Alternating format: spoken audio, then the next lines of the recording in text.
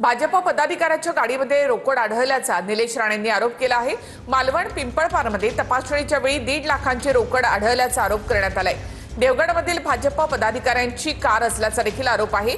गाडी सोडून द्या असं भाजपवाले पोलिसांना सांगत होते असा आरोपही राणेंनी केलाय। रोकड आढळल्याप्रकरणी मालवण पोलीस ठाण्यामध्ये आता गुन्हा दाखल झालाय।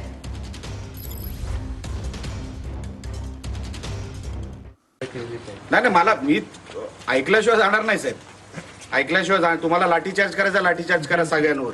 मी इकडे काय कारवाई आपण करताय ते बघितल्याशिवाय मी इथून जाणार नाही।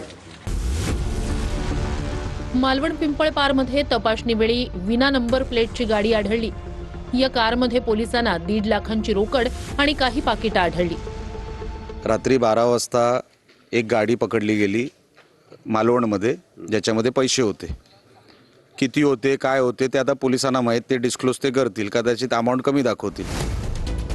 भाजप पदाधिकारी आणि पोलिसांमध्ये गाडी सोडून देण्याबाबत चर्चा झाल्याचा आरोप आहे।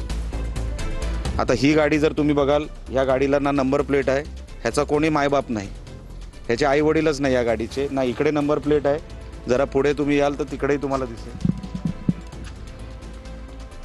इकडेही नंबर प्लेट नाही। जर तुम्ही काचेच्या आत बघाल तिथे भारतीय जनता पक्षाचा स्कार्फ ठेवलाय। सोडून द्या, पैसे बाजूला करा आणि या आरोपीनं सोडून द्या, काय कशाला वगैरे वगैरे। तेवढं तर आम्हाला कळलं, आम्ही तिथे पोचलो, नाहीतर हे लोक सटकणार होते। याबाबत शिंदे सेनेच्या कार्यकर्त्यांनी निलेश राणेंना माहिती दिली। आमदार निलेश राणे रात्री 1 वाजता मालवण पोलीस ठाण्यात धडकले। पकडलेली रोकड भाजप पदाधिकाऱ्यांची असल्याचा आरोप निलेश राणेंनी केलाय। रोकड आढळल्याप्रकरणी मालवण पोलिसात गुन्हा दाखल झालाय। देवगडमधील भाजप पदाधिकाऱ्यांची ही कार असल्याचा आरोप आहे। तपासणीवेळी भाजप पदाधिकारी गाडीत उपस्थित होते। याआधी भाजप पदाधिकारी विजय केनवडेकर यांच्या घरी जात तिथे पैसे असल्याचा आरोप निलेश राणे यांनी केला। केनवडेकर प्रकरणात घरात बेकायदेशीर घुसल्याचा ठपका ठेवत निलेश राणेंवर गुन्हा दाखल झाला होता। क्राईम पोलिसांनी पकडले। अच्छा, तेव्हा तुम्ही माझ्यावर आरोप करू शकता की मी घरात घुसलो की वगैरे वगैरे तुम्ही जे आरोप केले। खरं तर मी घुसलो नव्हतो, आमची ओळख जुनी होती, तरी तुम्ही माझ्यावर आरोप केले। आता हे तर पोलिसांनी पकडलेलं आहे, आता काय FIR होत नाही।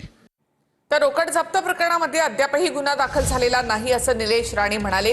रात्रीच्या प्रकरणामध्ये सुद्धा अजून गुन्हा दाखल नाही असं देखील निलेश राणे म्हणतायत। या प्रकरणी आता सर्वांवर केस करणार असंही निलेश राणे म्हणाले आहे। अच्छा, मागच्या विषयामध्ये पण FIR नाही, FIR माझ्यावर झालेली आहे। कालच्या विषयामध्ये पण सकाळी 5 वाजेपर्यंत मी स्वतः तिकडे पोलीस स्टेशनमध्ये होतो, त्याच्यावर FIR नाही।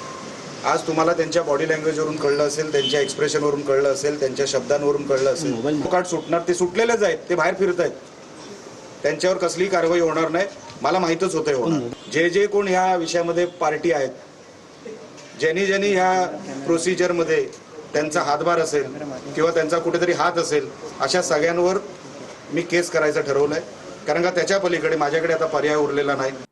तर पालघरच्या डहाणूमध्ये मतदान केंद्राच्या बाहेर राडा झालेला आहे। त्यासोबत शिंदेच्या शिवसेनेचे उमेदवार आणि भाजप कार्यकर्त्यांमध्ये वाद झाला। दोन्ही गटांमध्ये त्यानंतर धक्काबुक्की सुद्धा झाली आहे।